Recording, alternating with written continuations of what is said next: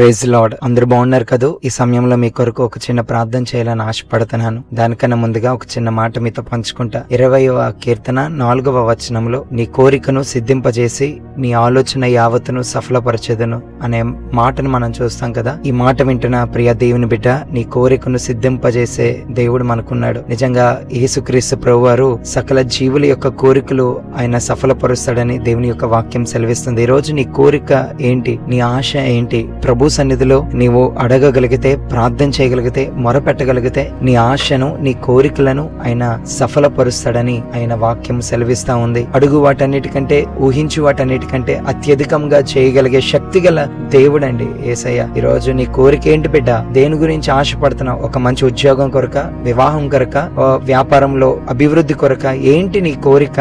ప్రభువుని అడుగు. నిశ్చయంగా అన్ని విషయాల్లో నా దేవాది దేవుడు నిన్ను అభివృద్ధి పరిచి అనేక మందికి ఆశీర్వాదకరంగా నిన్ను మార్చునుగాక. నీ కోరికను నా ప్రభు సఫలపరచునుగాక. విశ్వాసముతో ఈ ప్రార్థనలో ఏకీభవించు ప్రార్థిస్తా. పరిశుద్ధుడ, మహోన్నతుడ, గనుడ, నీ పరిశుద్ధ పాదములకు, నీ ఘనమైన నామానికి స్తుతులు స్తోత్రాలు చెల్లించుకుంటున్నాం ప్రభువా. ఇంతకాలము మమ్మల్ని నడిపించావు, సజీవుల లెక్కలో ఉంచినందుకు నీకు స్తుతులు స్తోత్రాలు చెల్లించుకుంటున్నాం. అవునయ్యా, మా కోరికలను సఫలపరిచే దేవుడివై ఉన్నందుకు నీకు స్తోత్రాలు. ఈ సమయంలో ఎందరైతే ఈ ప్రార్థనలో ఏకీభవిస్తున్నారో అయ్యా, వారి ఆశలు, వారి కోరికలు నెరవేర్చమని వేడుకొనొచ్చున్నాను ప్రభా. అయ్యా, నీ బిడ్డలను దర్శించండి, బలపరచండి, నెమ్మదిని దయచేయమని వేడుకొనొచ్చున్నాను ప్రభా. ఎగ్జామ్స్ రాసి ఉన్నారు, ఎగ్జామ్స్ లో గొప్ప జయము నీ బిడ్డలకు దయచేయమని వేడుకొనొచ్చున్నాను. అనారోగ్య సమస్యలతో ఎవరైతే బాధపడుతున్నారో నజరేడైన యేసు నీ బిడ్డలను మీరే ముట్టి స్వస్థపరచమని వేడుకొనొచ్చున్నాను. వారి యొక్క వ్యాపారాల్లో, ఉద్యోగాల్లో, వారి యొక్క పనుల్లో నీ యొక్క తోడు, నీ యొక్క సహాయము అందించండి.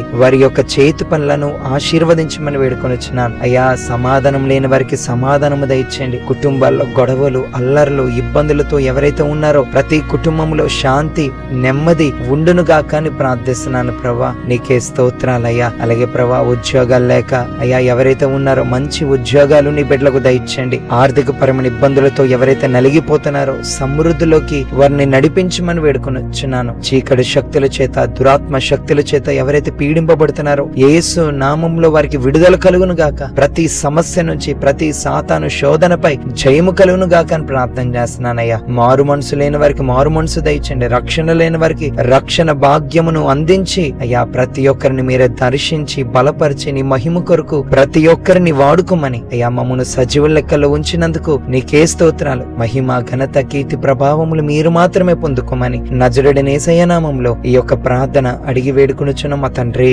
ఆమేన్.